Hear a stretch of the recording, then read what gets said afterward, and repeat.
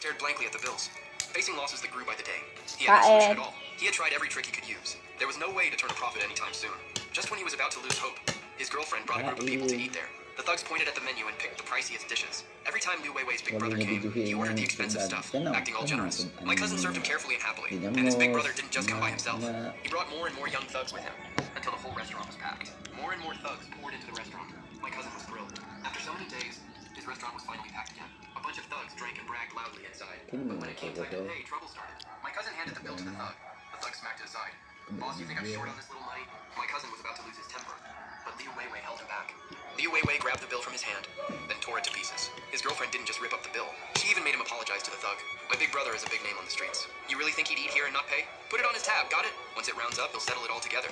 Besides, my brother knows a real big shot on the streets. He can introduce you later. Then why worry about business? My cousin's angry face suddenly lit up with understanding. Oh, sure. As long as you're willing to support my business. And introduce me to that big brother. Putting it on your tab here is no problem at all. After getting my cousin's approval, that big brother Liu Weiwei mentioned brought a large group of people almost every day to eat at my cousin's restaurant.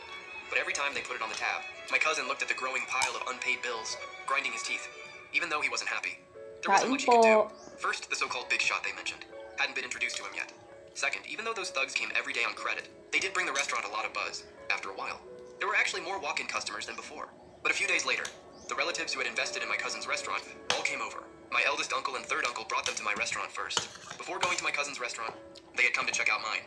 They saw that my place was full, with lots of people still waiting, and looked shocked. They were surprised my restaurant was doing so well. But since they had all invested in my cousin's restaurant, they still looked down on my family.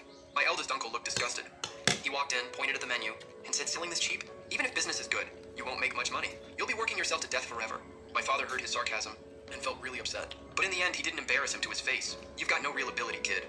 Your parents are already this old, and they've never had a good life. Now they're still running around helping you. What a miserable life." My mother stepped forward and cursed right in third uncle's face. "If we don't help our own son, who should we help? You people have vision and guts, huh?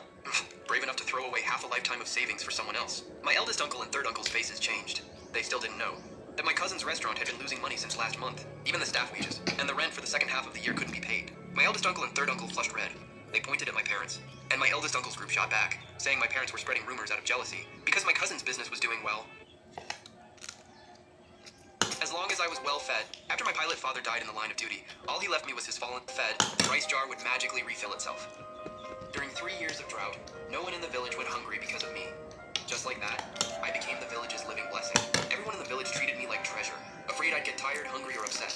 Then a woman claiming to be a miracle doctor came to the village, preaching equality and rejecting privilege. She hated women relying on men and kept saying women could hold up half the sky. She dragged the village women off to repair the canal. When she saw me lying in the shade while villagers fed me, she threw a hoe right at my feet. "You have hands and feet, yet you're happy being a pampered pet? Where's your independence?" I swallowed my braised pork and said softly, "Miss, this is my job." She knocked my bowl over and in front of the whole village crushed that piece of meat under her foot. Trading your dignity for food is objectifying women. Disaster or prosperity, women should never live off men. Today, I'm going to wake up this child poisoned by feudal thinking. "Qingwen, what are you doing?" Auntie Liu didn't even have time to wipe the oil off her hands before shielding me behind her. Her eyes turned red as she crouched down with trembling hands to pick up the meat. "It's still edible. Wash it, and it's still edible." Lin Qingwen stomped in anger and shoved Auntie Liu aside. "Liu Zuiwa, stand up!" She gritted her teeth and said, "You've bowed your head for so long that you really think you're a servant? The grown men in this village can't even eat meat, but this little girl gets braised pork. The village chief asked me to manage this place, and I won't let you keep spoiling her." Auntie Liu staggered to her feet, stood in front of Lin Qingwen and forced a smile. "Dr. Lin, you just got here and don't know the situation. I don't blame you. But you can't touch Nono. She's the whole village's hope." Auntie Liu's face was slapped to the side and her cheek immediately swelled up. Lin Qingwen pulled back her hand and rubbed her wrist. "That slap was to wake you up. What does equality mean? In this village, no one is born to serve anyone else." The villagers gathered around. Lin Qingwen pulled a white medicine bottle from her backpack. Yesterday, when Li Anyu had a high fever, who pulled him back from the edge? Brother Anyu stepped out of the crowd with his head lowered. Lin Qingwen raised the bottle. "It was my special medicine. It was science, not your superstitious little lucky doll." Brother Anyu hesitated, looked at me, then at the bottle. "Auntie Liu, Dr. Lin is right. Nono really does eat too much. We don't have much food left. We can't keep spoiling her like this." Once someone started, the others chimed in.